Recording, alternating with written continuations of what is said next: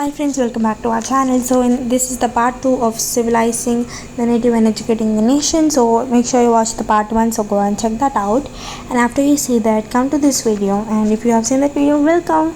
And we have already talked about Thomas Babington Macaulay. He was a person who felt that English would make the natives of India make civilized and learn the English language because they can learn the news or the philosophies that are happening. Let's see a bit in detail. Macaulay was against the Orientalists. Orientalist means people who are teaching their own language, which is like Sanskrit, Persian at that time. And Macaulay urged to the British to stop spending so much money to learn from the Orientalist and teach English as a language instead to the Indians, because people will be exposed to the finest literature and they can get awareness about the Western life that is happening, and they can know the news and they can know the philosophies that are happening. And Thomas felt this way, and he told the British people to stop wasting money on the Orientalist, which is the language that are like Sanskrit and Persian, teaching them. There is no use, he told, to learn English. English Education Act was passed on 1835, and the English should be made as the starting of an starting course. Then for you will learn English, then you will learn ABCD, then you will learn nouns and pronouns, then you will learn some lessons on English, and then you will get to an advanced level and keep on going, right? So they're telling that English should be made as the starting of instruction for higher education for the students. And then the promotion of Oriental languages should be stopped, which is like the learning of Sanskrit and Persians won't make any use right now. English means it's like a worldwide language, everyone can like understand, and they can know about the Western life and the news and the science philosophies that are happening. There is something called as the Serampore mission. This was passed by William Carey, and this resulted in setting up of the printing press in 1800 and a college in 1818. Who was this set up by? William Carey, Carrey, and this resulted in the setting up of a printing press in 1800 and a college in 1818. Okay. And who was Charles Wood, and what is the Wood's Dispatch? And importance of developing the resources such as proper clothes and like transportation of people from place to place, and then the agriculture of the country. It was really low for our Indians at that time. To improve this and make the education more better, the main aim for the Woods Dispatch was to educate the Indians and make them into nice neat put like proper clothes, and then they should be like they should know the skills and they can work as civil servants for the company.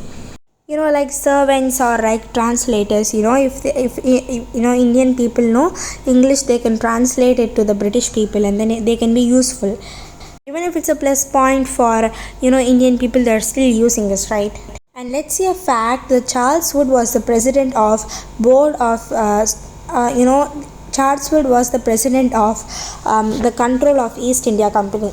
It's just a fun fact or something. Yeah. So how did they improve the lowest level of school, which is Pathshala? There were 4 to 5 pandits which were like improvement people. They improve the Pathshalas more by putting a timetable and putting a fixed fees. What? How can that even happen? Then how will lower caste students study? Let's just see. So the pandits will be like 4 to 5 pandits, and they were assigned to make the Pathshalas more efficient for the students, which is like putting a nice timetable. So the gurus had to now take classes in a strict timetable like we are taking right now, and they have been given textbooks, and they have even given like annual examinations to check the ability of the students. And then they had to obey the new rules of discipline, like pay a fixed fees or money, and like sit on fixed seat. Like we all have seats where we want to sit, we just sit there and we won't change the places, right? So it's like you have to sit on your particular seat. You should not go and roam here and there. and you have to be regular to your classes. And then the patashalas which were accepted for lower class people, and it's not very flexible right now. New style of rules got support through the government also supported this kind of thing, which is like fixed fees and stuff. And if there is fixed fees, how can the lower caste people do? And the ones who are not obeying are not able to pay the fees, or they can't receive classes, or they are not supported by the pathshala.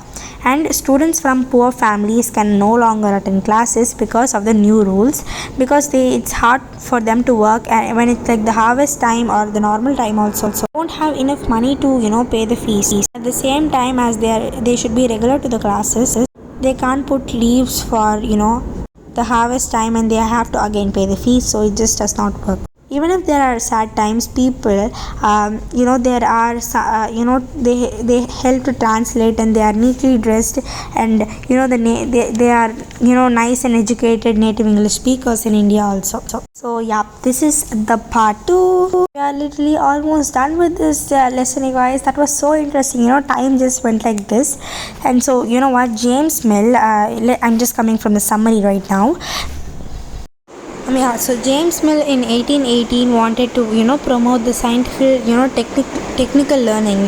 He just doesn't want to learn the Oriental learning, which is the language, the old scriptures. That's not needed. Let's go. Let's move on. James Mill thought that. And then William Carey had set a printing press in 1800s and a college in 1818. Remember that. Thomas Babington Macaulay, he wanted to he thought that British were wasting their money, the Oriental learning. It's just waste. He thought that why not you do English learning, because it's just more effective, and it's just people get to know more about the things that are happening around, like the news and the philosophies and stuff. English Education Act was passed in 1835, and then Charles Wood passed a dispatch called as the Woods Dispatch in 1854. And the Woods Dispatch introduced the education. They actually, Charles Wood only did all the things for the the 4-5 pandits I told, right? They come and they improved patashalas and make timetable. That was all a part of Charles Wood's law. Okay. Wood's Dispatch introduced education departments, universities, regular inspections, and coming and seeing if all is going well, and then fixed timetable, and fixed payment, wages, and annual examination will all happen. And yeah, so after Wood's Dispatch, many universities were established. After Wood's Dispatch, after this law was passed, many universities were established in Calcutta, Madras or Chennai, and in Bombay. Yep, you guys, that's it for today's video. Make sure you like, share and subscribe for more. And there is this last part. It's just so short, like less than 5 minutes. Go and watch that. It's with the summary of this lesson. And yeah, thanks so much for watching this video, and see you the next part. Bye.